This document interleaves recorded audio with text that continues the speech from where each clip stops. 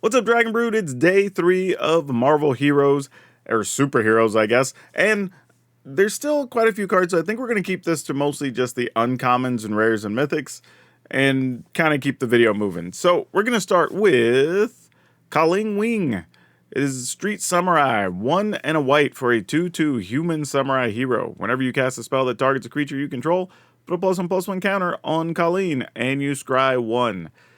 This card on its face isn't particularly great. However, we did just get a bunch of stuff from Strixhaven with the repartee stuff that actually could work with this. So if you're already targeting your own creatures, you can get an extra bonus. So it might have a home in some spots. Captain America, Wings of Freedom, 2 and a white for a 3/1 human hero or human soldier hero. It has flying, first strike, ward 1. Not bad for 3 mana. When it attacks, each other hero you control gets +X/+X on a turn where X is Captain America's toughness. Ooh, that's actually not bad if you're playing a white aggro deck, or I mean, technically, I guess it has to be a hero aggro deck, but 3 mana, 3/1, flying first strike ward, and you get to pump your team when you attack. That's pretty good. This is pretty good. I don't know if the hero deck's a thing, but if so, this card should be a part of it. Quake, Agent of S.H.I.E.L.D., 2 and a white for a 3/3 Inhuman Spy Hero. Whenever you cast a non-creature spell, tap target creature or land. This is an interesting one, right? Because a 3 mana 3/3 is just kind of okay. But playing a spell to tap your opponent's blockers or during their upkeep to tap down their lands, this could be kind of an annoying card if the right pieces exist. The Serpent Society. 1 black-green for a 3/4 human snake villain. It has Death Touch. Ward, you get 5 poison counters. That is dope. Whenever another creature you control with Death Touch dies, each opponent sacrifices a non-token creature of their choice. Well, if you're one of those people who likes playing the black-green Death Touch deck, this is obviously one that fits perfectly in there, right? If a creature dies, then your opponent also has to sacrifice something else. If they target this to get rid of it, they get 5 poison, which is really crazy if you have a way to protect it, because then they get the ward the first time, right? They get the 5 poison, but then now they can't even afford to get rid of it, which is kind of crazy. So yeah, this is a tough card, man. Absorbing Man, 1 blue-green for a 4/4. All right, so 3 mana 4/4 with Vigilance. At the beginning of your first main phase until your next turn, Absorbing Man becomes a copy of up to 1 target artifact, non-or enchantment, or land, except his name is Absorbing Man. He's a legendary 4/4 human villain creature in addition to its other types, and he has Vigilance. So at the start of your turn, basically, first main phase, you can have it copy an artifact, enchantment, or land. I mean, just getting an extra land is pretty good. And then it's that way, let's see. Oh, it doesn't even say till end of turn. Oh, yeah, it does. It says until your next turn. So you can just have it be a land for a turn, which is kind of cool, actually. So you can tap it for extra mana as a pseudo ramp card. It stays a 4/4, but you could copy some other enchantment as well. This card probably will find a home somewhere. It just feels too versatile to not be useful in something. Ka-Zar, of the Savage Land, 4 and a green for a 3/2. This has 5 mana 3/2, has no chance. A human barbarian hero. You may look at the top card of your library anytime. You may play lands from the top of your library. When this enters, create a legendary 2/2 cat creature token. Has landfall whenever land you control enters, put a +1/+1 counter on Zabu, which is the cat token. Alright, so you pay 5 mana, you get a 3/2 and a 2/2. And then you can play lands from top of your library. Alright, that's not as bad as it sounded when it started. But yeah, it's 5 mana. It's 5 mana to get 2 bodies, which is kind of nice. You do get a landfall trigger, which is cool. You get to get the information from the top of your library. You can play lands.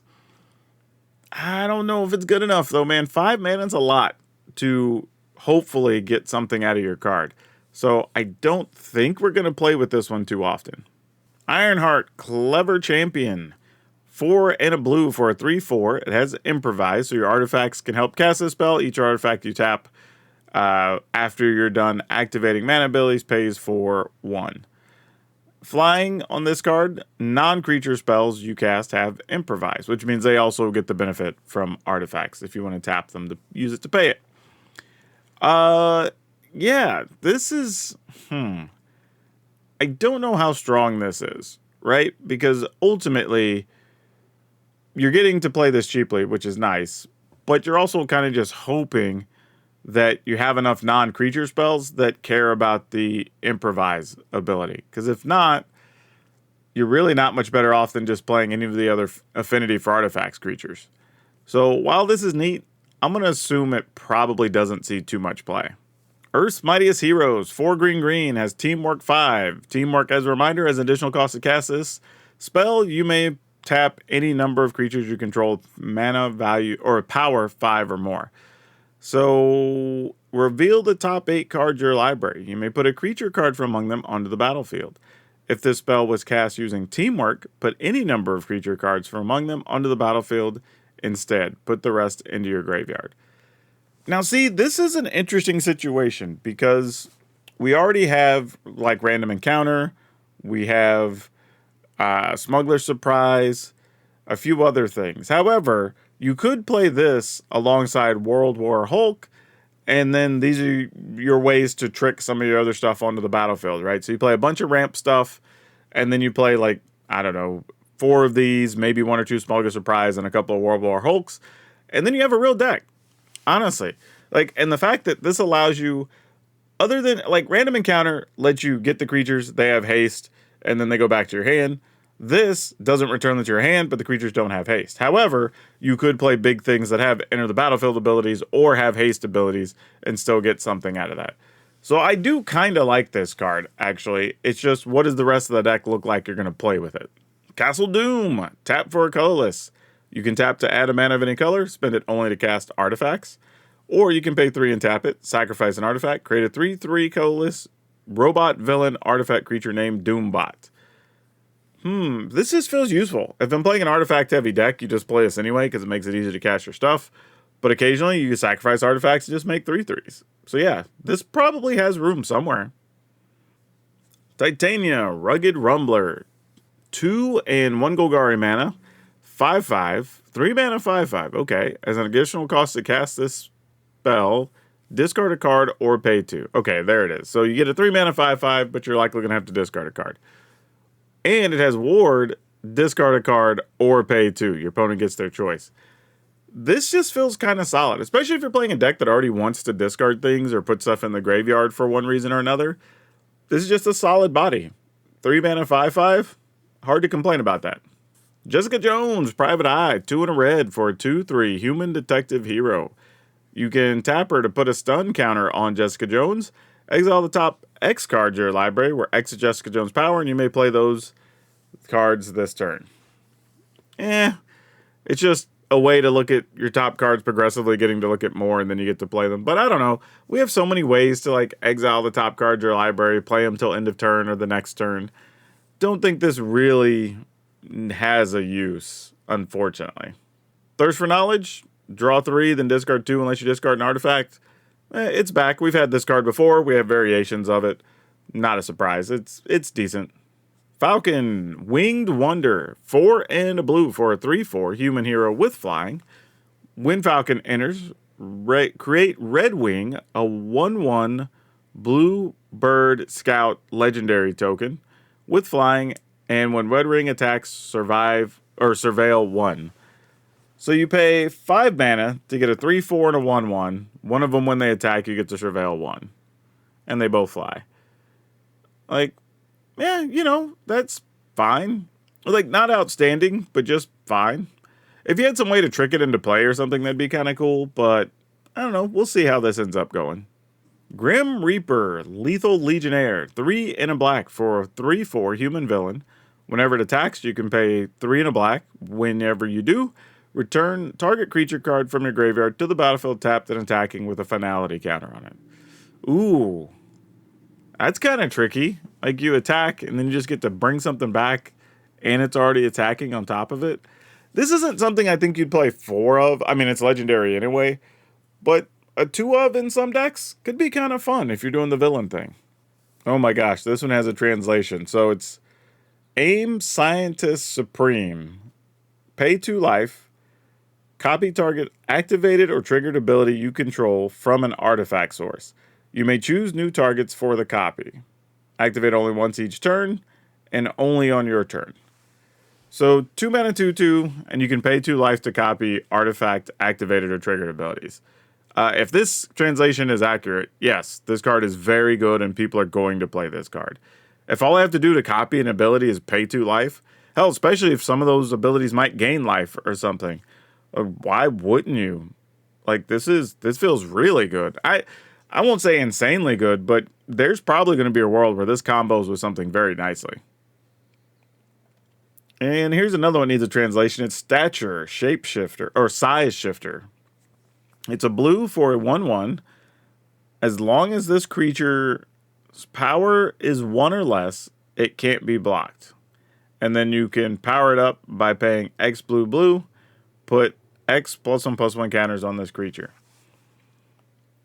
No, this card's not, like, sure, it's unblockable and then you can pump it up or whatever, but I don't know, we have other things that just make creatures unblockable and whatnot. I don't think you have to bother playing this card. Falcon's Wing Harness, 1 and a blue. It's an equipment. When it enters, attach it to target creature you control. So 2 mana automatically goes onto a creature.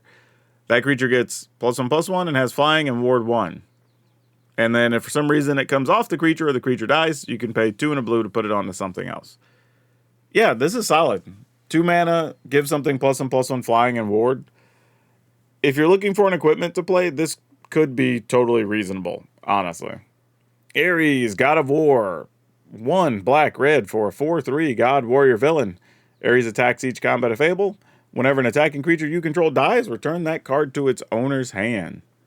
Well, that's kind of fun, especially if your creatures have enter the battlefield abilities and you just get to keep reusing them. That's kind of fun. I'm into it. This is a really interesting card. The Astonishing Ant-Man. Green blue for a 1/1 human hero scientist. Whenever you draw a card, put a +1/+1 counter on Astonishing Ant-Man. You can pay 2 and a green, tap it, remove any number of 1/1 counters from the Astonishing Ant-Man. Create that many 1/1 green insect creature tokens. Yeah, if you're just doing the draw cards thing, this is fine, right? You get 3-4 counters on them, and you're like, all right, cool. During your end step, I'm going to pay 3, make 3 ants, or whatever the case is. And the fun part is you don't have to do any of this at sorcery speed, which is real nice. This is another one that needs a translation. It is Wondrous Wasp.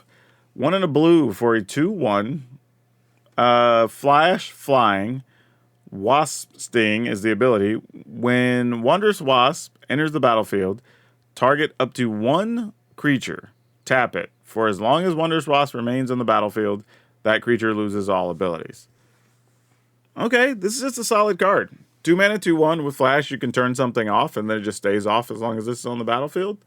Like, sure, why not? Jennifer Walters, 1 and a white for a 2/3 human advisor hero. Your opponents can't cast spells during your turn. We love those types of cards, right? Keep your opponent from countering stuff. 3 green, white, transform Jennifer Walters, activate only as a sorcery. Yeah, when you flip to the backside, Jennifer Walters becomes the Incredible She-Hulk. During your turn, your opponent still can't cast spells. Whenever a creature you control is dealt damage, choose target. Choose any target. You may have Sensational She-Hulk deal damage equal to that amount to it. The ability triggers only once each turn. Okay, so whenever a creature you control is dealt damage, you can then have that amount of damage dealt to any target, but it only happens once. So that's kind of cool. You can somewhat, it doesn't prevent the damage. It says if it's dealt damage, you can also have it be dealt to something else. So yeah, if this translation is accurate, this is a pretty sweet little card, right? The front side's totally reasonable, 2 mana, 2/3 that hinders your opponent. Then the back side's just a big body that your opponent's gonna have trouble punching through. So like, yeah, I'm good with this. This could probably get played, actually. Rewrite history. 2 and a blue for a plan. Whenever 1 or more creatures you control become tapped, Draw a card, then discard a card and put a play counter on this enchantment.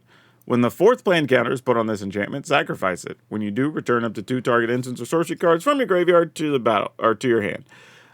This is a weird one because it's not even like, oh, it does say when 1 or more. Okay, so that's fair. Not just when a creature you control becomes taps. Because I was going to say, otherwise you just attack with like 3 or 4 things and you automatically set off this plan. But yeah, this is reasonable. Again, it takes a little while to build up unless you have some like equipment, or not equipment, but vehicles or spacecraft or something that you're tapping creatures to. But yeah, this is totally fine. It's just a way to replay some instants and sorceries from your yard. Are we really going to play it? I don't know. I don't know if decks want to be taking up a spot with something like this, but it's fine. Evil's Thrall, 2 and a red. Sorcery, gain control of target creature until end of turn. If you control a villain with greater mana value than that creature, gain control of that creature until the end of the next turn instead. Untap that creature, gain haste until end of turn. We have so many versions of this, right? We get a couple of these a year, it feels like, where it's pay 3 mana, steal a creature, get something, right? Either a treasure or a clue or do something, right? In this case, it's kind of interesting because if you control a villain and the villain is bigger than the creature, then you just keep it for a second turn. And that makes this a little bit stronger than other versions of this card. All right, with that, I think we reached the end of day 3. I do have to say, though, like, do you think that with the help of this set, these blue or blue-red artifact decks have a chance at being bigger? Because I feel like even today, we saw like a quality equipment. We saw a couple different cards that care about artifacts. You even had the Absorbing Man that can copy an artifact. So I feel like there might be something there, but maybe I'm just reading too much into the hype of the new cards. But maybe y'all agree or disagree. I don't know. But yeah, this set looks pretty sweet, and we still have a few more days to go. So like, subscribe, do all the fun stuff, do the things that make the dings. That's all I have you for now. We'll see you next time.